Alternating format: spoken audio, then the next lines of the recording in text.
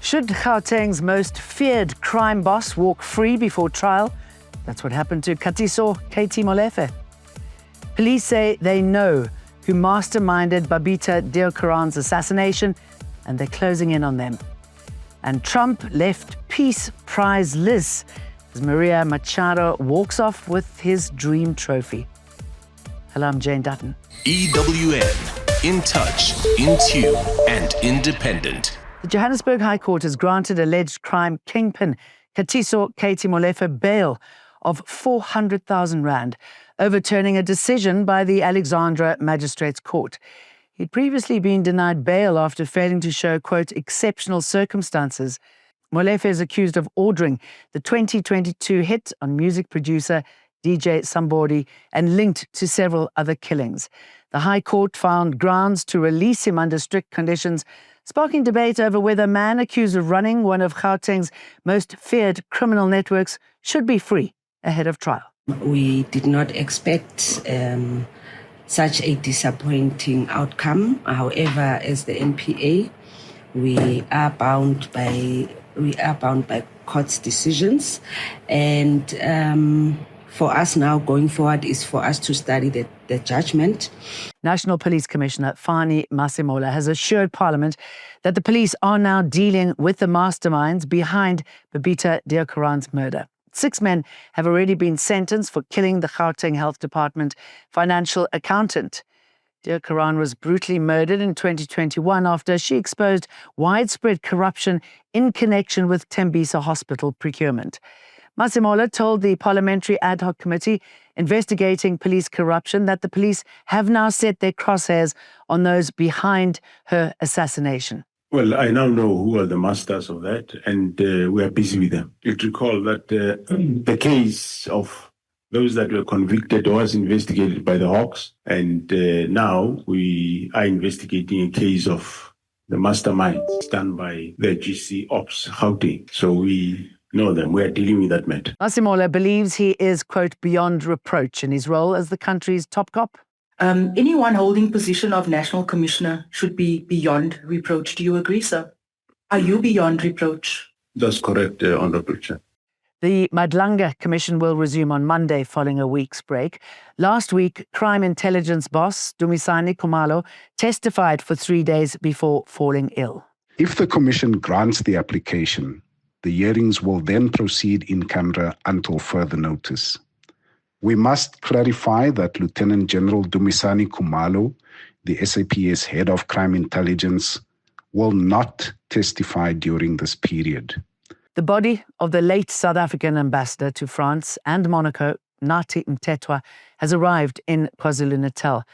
Mthethwa's body landed at the OR Tambo International Airport this morning from France, where he died last week, Monday. The ANC in his home province has hosted a memorial service for him in Impangeni.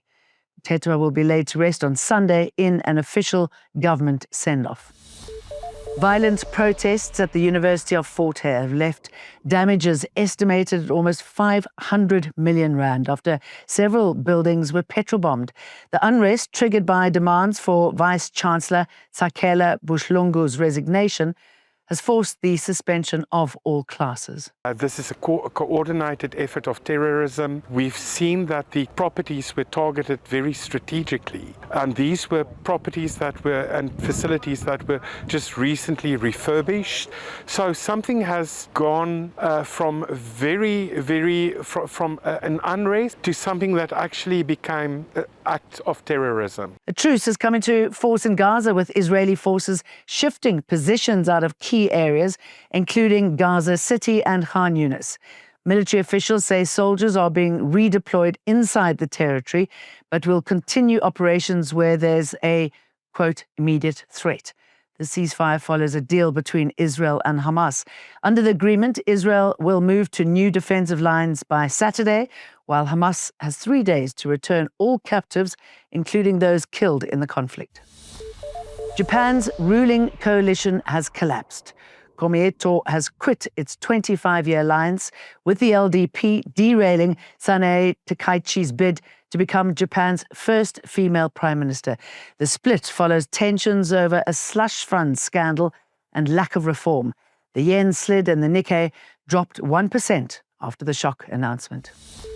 And Donald Trump didn't get the Nobel Peace Prize he claimed he deserves and desperately wanted. Instead, it went to Maria Corina Machado, Venezuela's opposition leader, hailed for her fearless fight to restore democracy under authoritarian rule. The Nobel Committee called her a, quote, remarkable symbol of civilian courage, noting she stayed in hiding despite threats to her life. The $1.2 million prize will be presented in Oslo on December the 10th. The Norwegian Nobel Committee has decided to award the Nobel Peace Prize for 2025 to Maria Corina Machado. She is receiving the Nobel Peace Prize for her tireless work promoting democratic rights for the people of Venezuela and for her struggle to achieve a just and peaceful transition from dictatorship to democracy. I'm sure the story will still be echoing throughout the weekend. A stark picture of corruption in its most extreme form. The Special Investigating Unit swooped in on Hangwani Maumela at his home in Johannesburg. He's accused of being a major player in the Tembisa hospital corruption ring. Investigators say he built his fortune on fraudulent hospital tenders. Their haul, 4 Lamborghinis, 1 Bentley, a yacht, and properties worth nearly 300 million rand. Grammy-winning group Ladysmith Black Mambazo brings its legendary sound to Cape Town this weekend. The Artscape Opera House will host the group's legacy tour, honouring founder Joseph Shabalala from tomorrow through Sunday. His grandson, Gagamela Shabalala, says performing with his father is a way to keep his grandfather's dream and harmony through music alive. And we wish you a good weekend. EWN, in touch, in tune, and independent.